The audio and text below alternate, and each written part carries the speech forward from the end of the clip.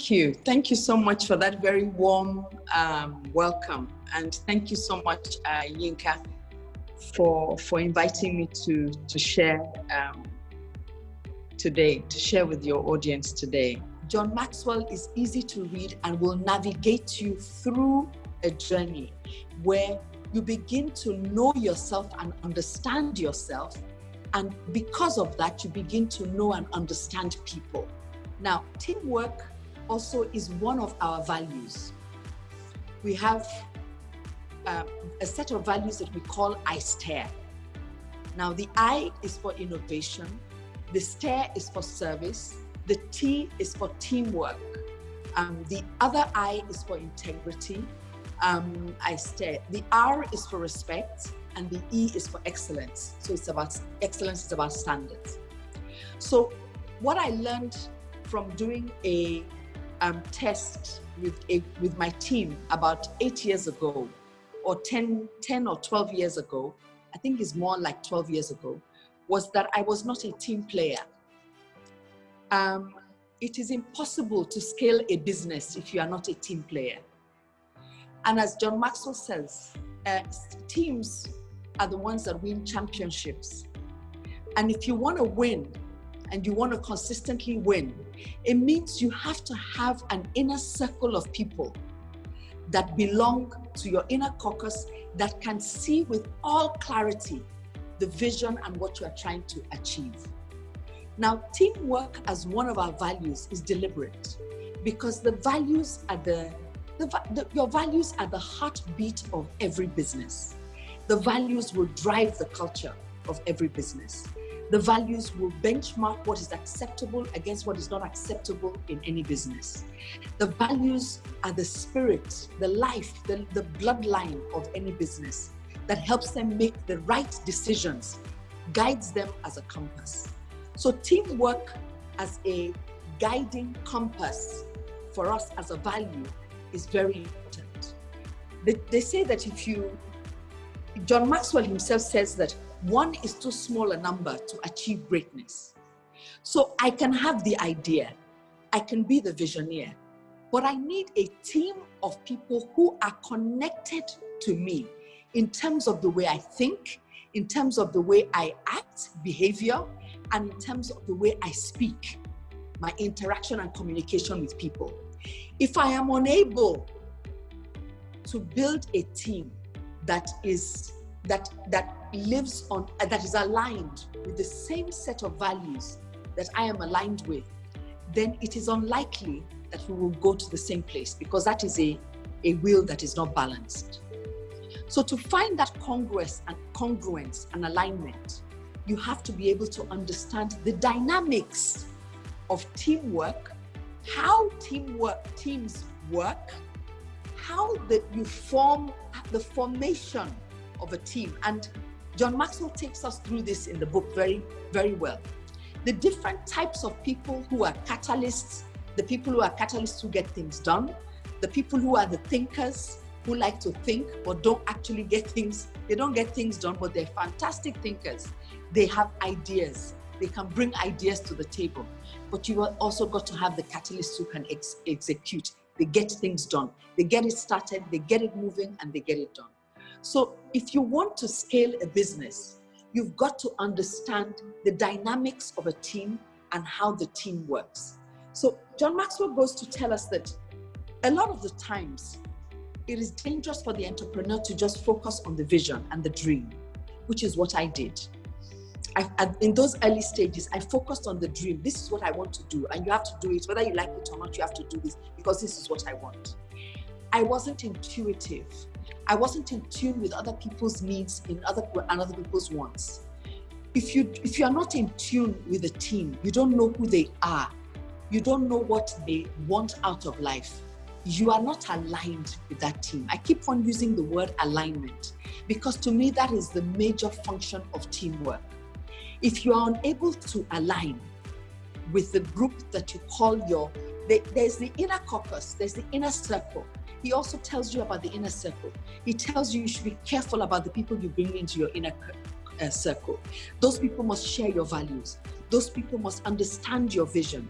you have to be a good communicator to be able to tell them what your dream is like, so that it brings clarity to them. You must know who you are and what you want to achieve. In doing that, you help clarify issues of identity, around identity for them as well. It's important that these things are the soft underbelly of teams. They're not hard things, but they're some of the most difficult things to achieve. If you understand what I'm saying. How do you know who knows how to face a challenge and how to bring solutions to a challenge within the dynamics of a team? Some people will just keep quiet and not say anything. But there's some people, that challenge is the very reason that they exist. They want to get up, they want to do something about that challenge. They want to find a solution to that challenge. So I think for me, the beauty of this book is understanding who you are, is understanding what your dream is understanding who you want on your team and what you want them to do on your team. Because if you don't have that clarity as to what you want each person to achieve on the team, then there's going to be a whole load of people going in the same direction, but really they're not achieving anything. Because what you don't want is a lot of activity and no outcomes, no results. I don't know what is wrong, but I can't seem to see anybody anymore. We can see you. Okay, all right. I need to see somebody. It freaks me out when I can't see anybody. I'm sorry. Maybe I'm old school, but that's who I am. And no apologies for it. Is your video still on? Yes, my video is on. Now I can see you. I just lost you there for a minute. Yeah. Okay. Yeah. So it's when I was speaking to the dynamics of the team and who is on your team, it's about who he calls it the law of the niche. I call it the what is your power spot, and how do you put people into their power spot where they're able to consistently create and add value. The team cannot add value if they have no clarity. The team cannot create value if they have no clarity on what the vision is, what the dream is, where they're going, what are the metrics, what are the measurements, what are you benchmarking against, what are the outcomes that we want. All these things must be clear to the team. The team must understand, the team must have clarity around these things and be able to achieve whatever it is that you want to achieve. Now, he says one of the other things I liked in the book was the law of Mount Everest. Nobody ever climbed Mount Everest alone. Nobody ever did. And Mount Everest is ever present in our lives, especially as we live in Nigeria. It can be the Mount Everest of power. It can be the Mount Everest of staff issues. It can be the Mount Everest of inconsistency in government regulations. It can be we are consistently facing Mount Everest in Nigeria. So we have to build resilience within ourselves. And how do you get the team, to be able to get to the top of the summit?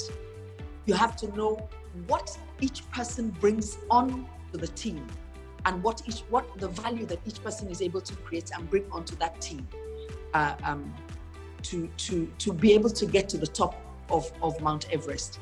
This for me is very important. So in all, I particularly enjoyed this book because at this time in my life, I want to step back and be sure that I put the right team in the right places in the business to be able to run the business and sustain the business and continue with the business. So I hope that, I don't know how much time I have left, but I hope that I have been able to share in my own little understanding of the book and how I've applied it. One of the stories I wanted to share with your audience today was when COVID happened, for example, I knew I had a team. I came out of my house, I came to work because there was a call for the making of masks. We own a garment making facility. And what happened was people were, I was hearing people saying that, orders are closed, so they can't bring it from China. I said, how can you, for God's sake, be saying cloth masks need to come from China when we have garment factories in Nigeria? I called a couple of my staff And they turned up. Some of them walked for 2 hours before they got here, before they were able to get here, because there was no public transport at all. Some of them who had their own cars I had to get a pass for them from one of the ministries so that they could get here. But what amazed me was the support and eagerness with which, once a few people came to work, everybody was looking to see how they could come and be a part of this whole experience. And honestly, if I ever doubted that I had a team, God forgive me, because that COVID showed me I had one of the most amazing teams on the planet, because everybody turned up. And it was not about, this is not my JD. It was never about that. It was about, where can I help? How can I help? How can I use my skill to help us achieve this in this space? It was one of the most awesome times of my life. And I knew I had an amazing team. So nobody can go on this journey on their own. It is impossible for you to scale business on your own. Nobody is self-made. There are people that were on your journey that supported you and helped you to become whoever it is you become in life. We have to be able to recognize the value that those people bring in. Having said this, I've also kissed many frogs before I found my amazing team that I have right now. And I guess that's part of the territory. But what does a book help you do? It helps you know people. It helps you see the types of people that are out there and helps you be more critical and be more careful about the people that you bring in to your team. So recruitment is not an easy thing for us at all. We go through different levels of recruitment, of interviews, and the team you're going to work with will also sit and interview you to be sure that, yes, you align with our values. Yes, you can be part of our group. Yes, we're clear on what it is you're coming to do. We're sure you're going to add value. As we are going to add value to you, our expectation is that you also will add value back. So teams, nobody grows without a team. That's where I would leave it. That if you want to grow a business, you got to have a team. And that team, you have to know who they are, what they bring to the table, and what your expectations of them are. So you've got to have clarity around all of that.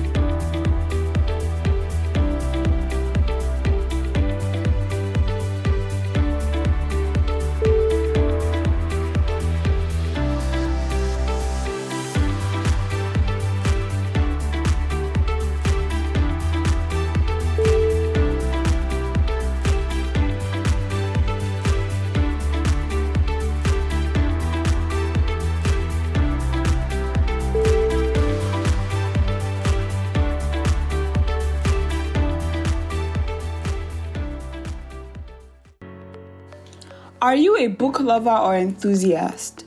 Do you need genuine and unique lifestyle products? Or are you looking for a place where you can find contemporary and a wide range of unique gifts for children and adults? Laterna is your go-to place for genuine and contemporary books and lifestyle products for wholesale and retail customers. We stock business books on management, leadership, financial success, entrepreneurship, personal development, and so much more. We carry children's fiction, non-fiction, educational books, CDs, and DVDs.